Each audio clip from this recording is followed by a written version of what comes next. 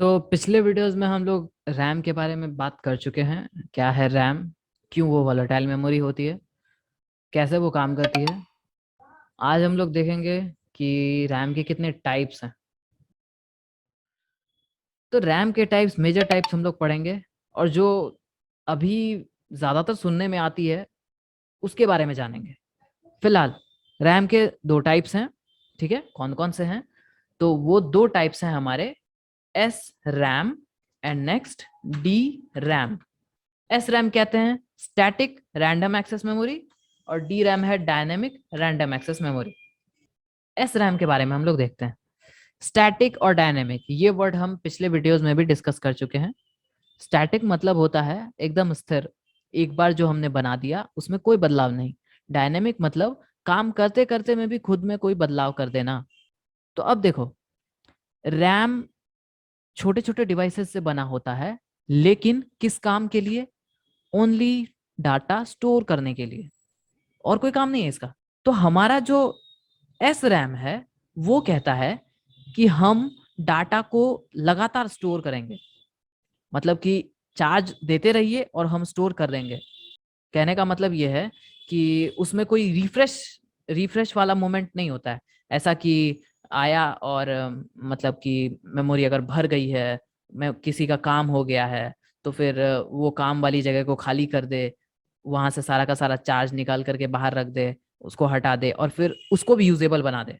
तो static RAM कहती है कि हम बने हैं ट्रांजिस्टर से, और हम जो भी चार्ज आ रहा है उसको अपने में समाते जाएंगे, समाते जाएंगे, समाते जाएंगे। कोई भी नया काम आया उसको जहां जगह है वहां जगह दे दिए, जहां जगह है वहां जगह दे दिए। अभी हमको कोई मतलब नहीं है यहाँ पर कि किसका काम हो गया है, कौन से डेटा का यूज हो चुका है, कौन से डेटा का यूज होना है, इससे कोई मतलब नहीं है। डाटा आया, हम उसको खुद में स्टोर कर लेंगे, डाटा आया खुद में स्टोर कर लेंगे।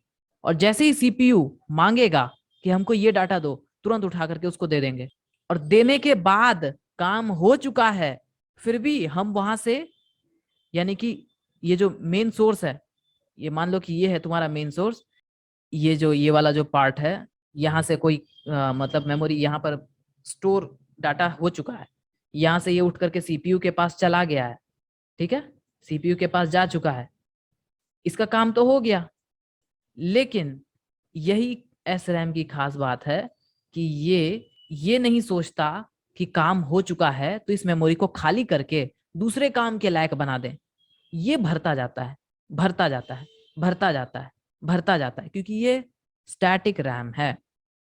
काम करने के दरमियान कोई बदलाव नहीं होगा। लेकिन फिर एक ऐसी परिस्थिति आती है जब पूरी तरह से ये भर जाता है, तो ये खुद ब खुद ऑटो एडजस्टेबल, मतलब किसी तरह से ये खुद को एडजस्ट कर लेता है, जगह बना देता है, और फिर तुम्हारे नए डेटा को स्टोर करता है। तो इस क्रम में होता है क्या, तुम्हारा सिस्टम जो है स्लो हो जाता है, क्योंकि मेमोरी तो भरी हुई है, इसको एडजस्ट करना पड़ रहा है, एडजस्ट करना पड़ रहा है। तो उस वक्त हम उस मेमोरी को क्लियर करते हैं, और वो मेमोरी कौन सी होती है? Cache memory. S RAM cache memory में यूज किया जाता है, क्योंकि कैश मेमोरी एक ऐसी मेमोरी है जहां डेटा स्पीडली ट्रांसफर किया जाता है सीपीयू को। अगर कैश मेमोरी के पास डाटा है तो वो तुरंत उसको सप्लाई करेगा सीपीयू के पास, और बहुत फास्टली। और फास्टली होने का मतलब यह है कि वो मेमोरी क्लियर नहीं करता है खुद ब खुद, ऑटोमेटिकली वो डाटा आया और उसको सीपीयू के पास भेज दिया। भेज दिया तो ऐसा नहीं है कि जो उसके पास अभी पड़ा हुआ है वो डिलीट कर देगा, उसको मेमोरी को वो खाली कर देगा, वो वहीं रहेगा। इस काम में वो अपना समय नहीं देता है। इसी वजह से कैश मेमोरी ना फास्ट होती है, एस रैम हमेशा फास्ट होता है। तो ये है एस रैम। किससे बना होता है? ट्रांजिस्टर्स से। और इसी ट्रांजिस्टर्स के बलबूते पर ये डाटा स्टोर करता है, चार्ज के फॉर्म में ही, और लगातार चार्ज इसको मिलता रहता है, और ये डाटा अपने पास रखा रहता है। तो डायनेमिक रैम कहता है कि हम डाटा को अपने पास रखेंगे जरूर, काम करने के लिए हम सीपीयू को दे भी देंगे, लेकिन जब काम हो जाएगा, उस डेटा से कोई और काम नहीं होना है, काम पूरा खत्म हो गया उस डेटा का, तो हम मेमोरी को रिफ्रेश करेंगे। मतलब जो डेटा पड़ा हुआ है मेरे में वो फालतू है, उसका कोई काम नहीं होना है, तो हम उसको वहां से हटा देंगे, डिलीट कर देंगे, ताकि नया काम जो आ रहा है उसको जगह मिल सके। और ये रनिंग टाइम पे ही होता है, इसीलिए डायनेमिक रैम कहलाता है इस तरह का रैम। जो रनिंग टाइम पे ही काम हो जाने के बाद मेमोरी रिलीज कर दे, वो डायनेमिक रैम होता है। और ठीक इसी का उल्टा स्टैटिक रैम होता है। तो ट्रांजिस्टर्स और कैपेसिटर्स, इन दोनों से मिलकर के बना होता है हमारा डायनेमिक रैम, और स्टैटिक रैम ओनली ट्रांजिस्टर से बना होता है। आज के लिए जितना होना था सारा का सारा हो गया, दोनों टाइप्स हमने देख लिया।